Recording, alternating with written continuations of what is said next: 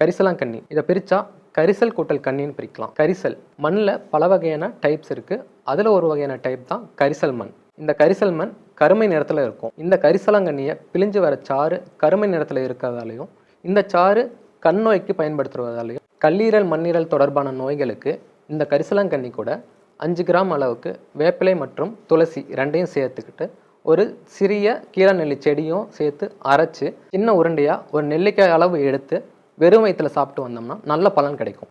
மஞ்சள் காமாலைக்கு சிறந்த மூலிகையாக பார்க்கப்படக்கூடிய கீழநெல்லி கூட இந்த கரிசலாங்கண்ணியும் தும்பையும் சம அளவு சேர்த்து 1 டீஸ்பூன் அளவுக்கு சாப்பிட்டு வந்தால் அது இன்னும் சிறந்த பலன் அளிக்கும்.